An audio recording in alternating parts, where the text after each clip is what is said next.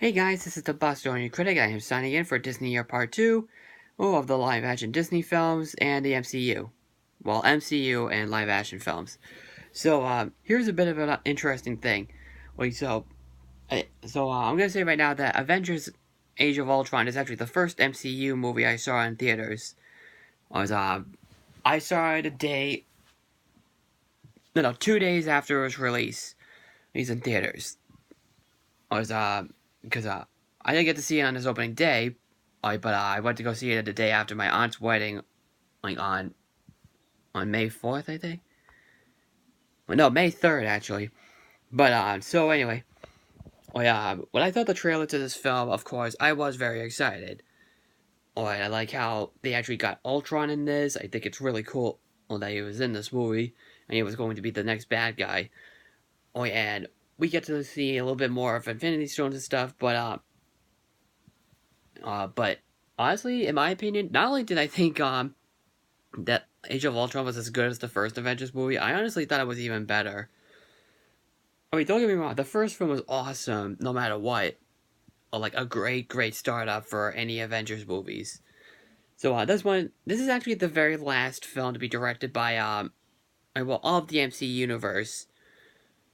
Was to be directed by Joss Whedon, who will actually go on to directing Justice League next. And like I said, I think it's even better than the first film. So the film opens up with the main character, our favorite Avengers characters like Iron Man, Hawkeye, Black Widow, the Hulk, Thor, Captain America, the whole bunch. They basically are trying to get Loki's scepter, or because Hydra has it. So they take it and they head back to onto New York, and Tony Stark tells Bruce Banner that he wants to create a peacemaking robot. So that way he can become an Avenger. But there's actually one thing. Ultron, played by James Spader, basically has a glitch in him, thinking that he wants to destroy humanity. Oops a daisy. I forgot to fix that. So he thinks that he should gather a bunch of other people as well. Also, Ultron has what do you call it? He travels around the world collecting equipment and stuff. Along the way, there's some other characters that actually try to help him out, like the Scarlet Witch, played by Elizabeth Olsen, and Quicksilver. Both of them are, of course, you already know, Magneto's kids. So while that's going on, they try to find Ultron and all that stuff. Ultron finds vibranium, which you already know. It's basically the metal that we know from Black Panther. And the guy who runs the business is played by Andy Serkis, aka Gollum from the Lord of the Rings movies.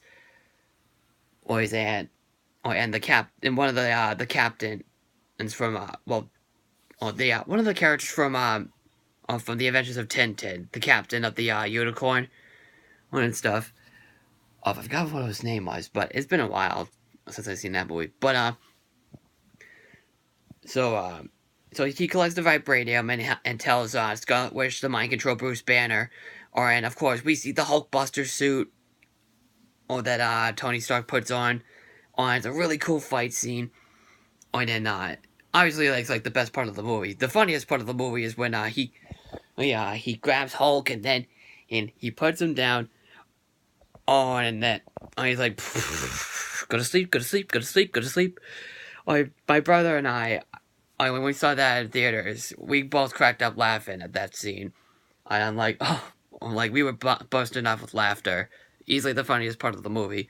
And when he punches Hulk in the face, and then Hulk is like,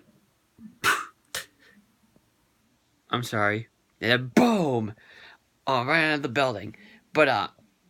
So will they be able to stop? What else? So, Ultron is also trying to create himself a new body instead of being a robot.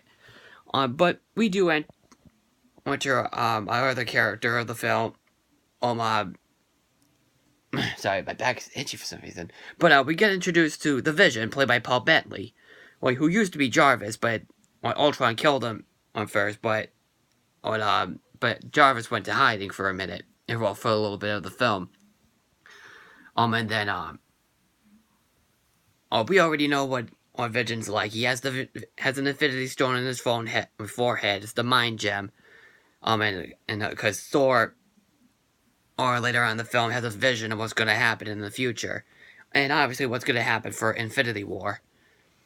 So, they basically head down to Sokovia because Ultron has created a machine in there to pick up the entire city of Sokovia.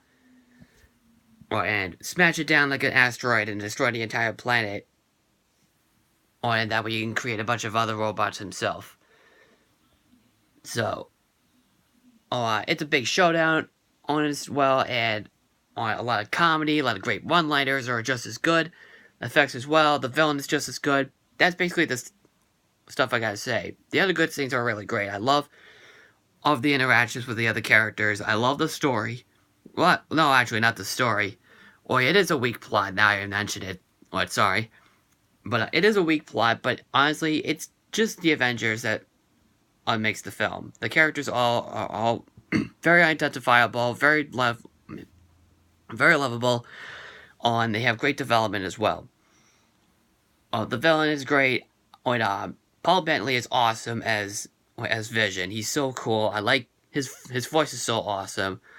And the post-credits scene was awesome, where Thanos is like, "Fine, I'll do it myself." Like, he puts his glove in the Infinity Gauntlet, like, "Uh-oh, not like in the words of Double D, not good." And so, I guess the only problem I have with it is that how come people didn't like it as much as the first film? They probably didn't think it was just probably the experience that they wanted, and it actually gives us what we are expecting or something.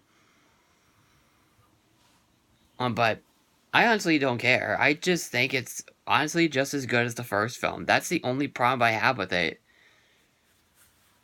It's just the reaction. I mean, don't get me wrong, a lot of people do love this movie. I mean, there was a lot of people in the theater where I saw it. I saw it at the Regal Cinemas at the Kingston Collection, down in Kingston, Mass. But as the first film I saw in theaters for the MCU movies, I'm super glad I saw it. I'm really excited for the third movie. And that's basically why I'm doing this, the MCU for DisneyYear Part 2 this month. So Avengers Age of Ultron, what do you think about it? Just comment below, click like in the video, follow me on Twitter and Facebook, against Stardust, and don't forget to subscribe, and I will see you tomorrow. I'm the Bostonian Critic, and I'm signing out. Take care.